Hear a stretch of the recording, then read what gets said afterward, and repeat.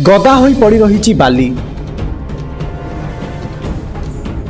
पड़ी रही शह शह कूड़ अलिया आवर्जना अक्षम होई पड़ी रही नलकूप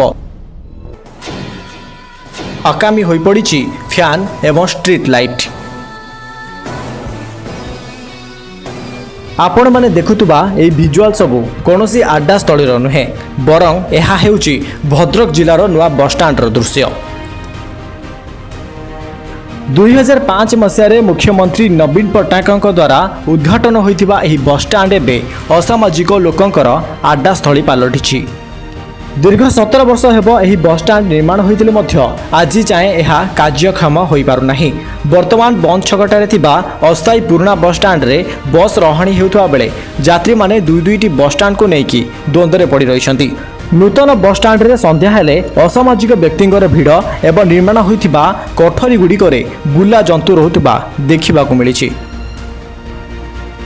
आपण माने जानि आश्चर्य हेबे जे एही बस स्टैंड टी 4 एकर जमी रे जुलाई 25, 2005 मसीह निर्माण होइथिले मध्य उद्घाटन हेबार गोटे मास परे यह संपूर्ण भाव में बंद हो जाइतला।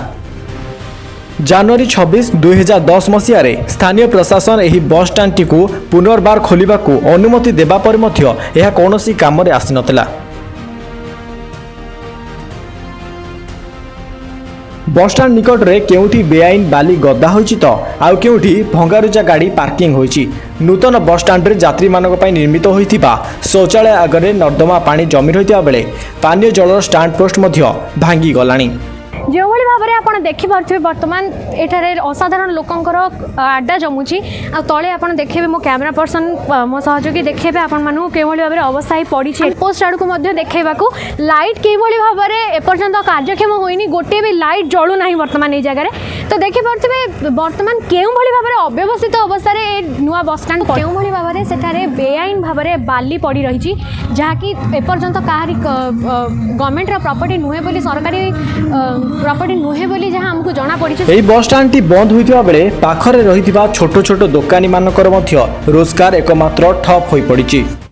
आम बहुत हैरान भी होचु बहुत असुविधार सम्मुखीन होचु बेपार हो ना बेपार बहुत कमी जाऊँ दिन को दिन जिनस आम लस एक्सपायर हो जाऊँ बिस्कुट आनी रखुचु केक रखुचु ये आ गोटे होटेल भी आम पाख सांगे खोली दुई जन आम खोली आउ ये कौन दुकान नाला से आम जो बेपार कलु से बस ये आसूला तापर बस बंद आम बहुत लस सहीचु आगु मिनिमम 4-5 लाख टका आम लस सहला आम पढ़ी रहीचु जे बस स्टैंड को आशा करके बस स्टैंड हेले आम उन्नति करूँ कि आम डेभलप हम आम परिवार चलैबू भल मंद कर। प्रत्येक दिन आरडी चांदबाली धामनगर तिहिड़ी आनंदपुर बंद भली अनेक अंचल यात्री भद्रक सहर को आसी थांती तेबे सहर केउटी बस स्टैंड रही से माने जानि नथिबा अभियोग करछंती।